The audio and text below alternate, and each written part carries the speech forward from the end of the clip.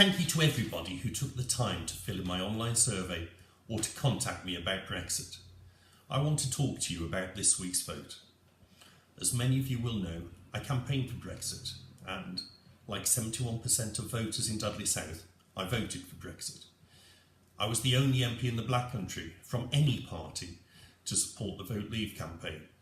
But I believe that all MPs, no matter how they voted in that referendum, have a duty to deliver on the instruction that voters gave us, to leave the European Union and to take back control over our laws, our money, our borders and our trade. The Withdrawal Agreement would have delivered most of this, but there was a big problem with the emergency backstop provisions that would have come into force if no agreement was reached with the European Union on a future relationship before the end of next year. That backstop could have prevented us from taking back control over our laws and our trade, because it could have kept us in a customs union with the EU until a new deal was agreed. This would probably have only been a few weeks or months, but there was a risk that it could drag on, meaning that we would be unable to deliver on the promises that we made.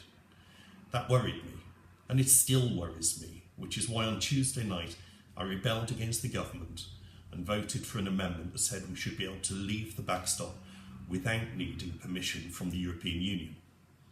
And it's why I told the Prime Minister and I told constituents who wrote to me that I was going to have to vote against the Withdrawal Agreement. However, this week I realised that whilst I was and still am worried about the small risk of us being stuck in the backstop, there is a much bigger and much more serious risk that worries me a lot more, and that is that Brexit itself is now a serious risk. When Parliament returned after the Christmas recess, I thought that the threat of Brexit being defeated or blocked was a scare story or maybe wishful thinking on the part of those who've never accepted the referendum result.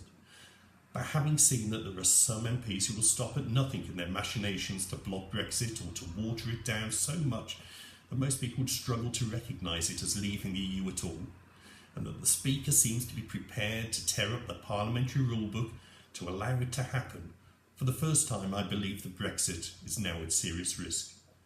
That is why I concluded that the Withdrawal Agreement was our best chance to stop the European courts from being able to overrule British laws, to make sure we could decide who comes into our country, depending on the needs of our economy and the impact it has on our local communities, to stop having to pay many billions of pounds as a membership fee every year to the EU, that could be better spent on priorities here at home, and to be able to negotiate new trade deals with countries around the world in the interest of British jobs and British consumers instead of them being decided in Brussels.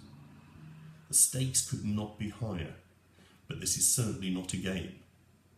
I campaigned to leave the European Union, but more importantly, people in Dudley South and across the country voted for it in record numbers, and I am not prepared to gamble away their Brexit and risk our country being trapped in the European Union. Can I promise you that my conclusion was definitely right? No. Maybe I bottled it.